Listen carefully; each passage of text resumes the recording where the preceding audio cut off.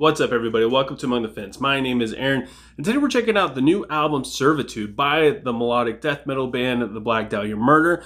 This is their 10th studio album and their first without vocalist Trevor Strnad, rhythm guitarist and fellow founding member Brian Escobar, I believe is how you pronounce his last name, stepped up to take over the lead vocals, which are some pretty giant shoes to fill. Considering the Black Dahlia Murder doesn't really have a bad album, and I feel like a lot of that is due to the vocals. Nocturnal from 2007 has been my favorite since its release and is considered to be their best record, but honestly an argument could be made for any of them. And even though they maintain the same kind of sound, there's something different to love on each one of their LPs. Normally I would express the nervous anticipation of having a new vocalist, but I believe that we all knew that Brian was absolutely going to kill it. Besides, he'd been doing backing vocals for the band since the beginning of time, so it's not like he didn't have the experience.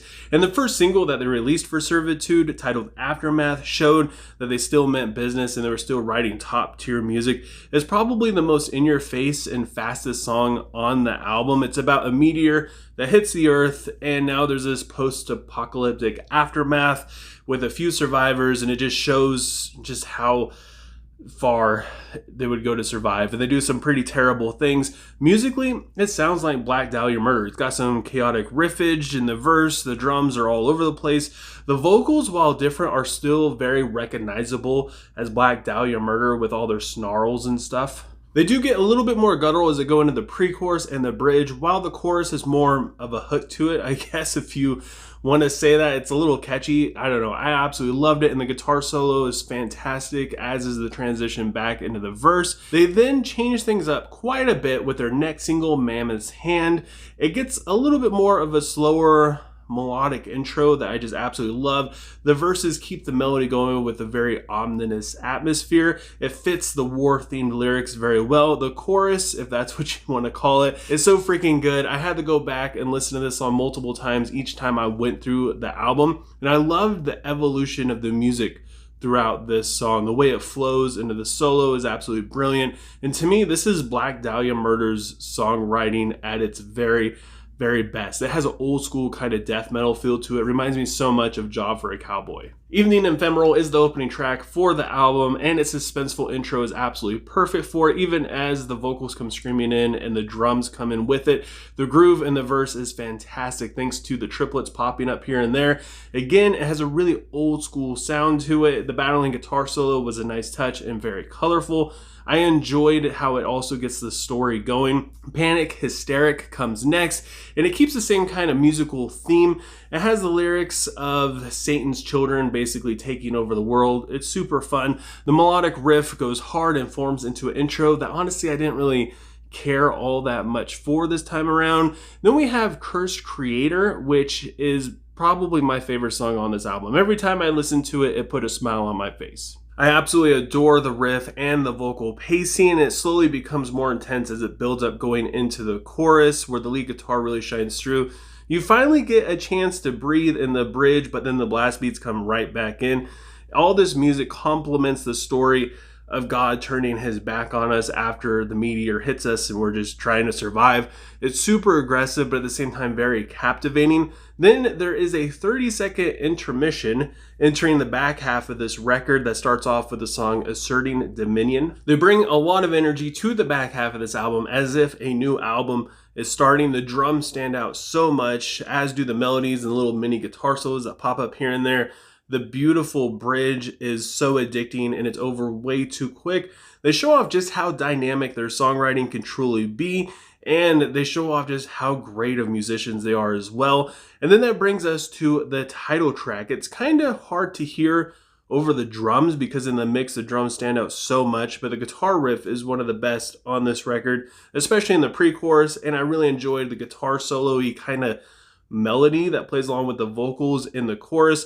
There's a lot of surprises that keep you on your toes the whole time. Each transition just brings you something new that you wouldn't really expect in this song, especially since most of the songs have been, I don't want to say formulaic, but they've been kind of formulaic up to this point, and this song is kind of a breath of fresh air. The same could be said about Transcomic Blueprint. The vocals are fantastic, showing off a bunch of different varieties and different techniques, especially when they cut through the mix and all the instruments back off. The dueling guitars, again, make for one of the best solos in my eyes, but I have a feeling that the best solo on this album is going to be pretty debatable among fans. The chorus has a catchy hook that I loved every single time it came around. To me, this is one of the best songs on the record. Every time I listen to it, I get something new with each spin. And unfortunately, that brings us to the closing track, Utopia Black. It's not unfortunate like as if the song's bad. It's sad because now the album is over. The nasty riff and the scream in the intro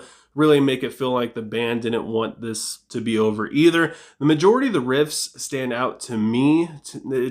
I think it has the best. Out of all the songs, this is the song that made me want to go pick up my guitar and play along. The blast beats and the bridge are so intense, and I just love how this ends in the same exact way it began. It's a super short album.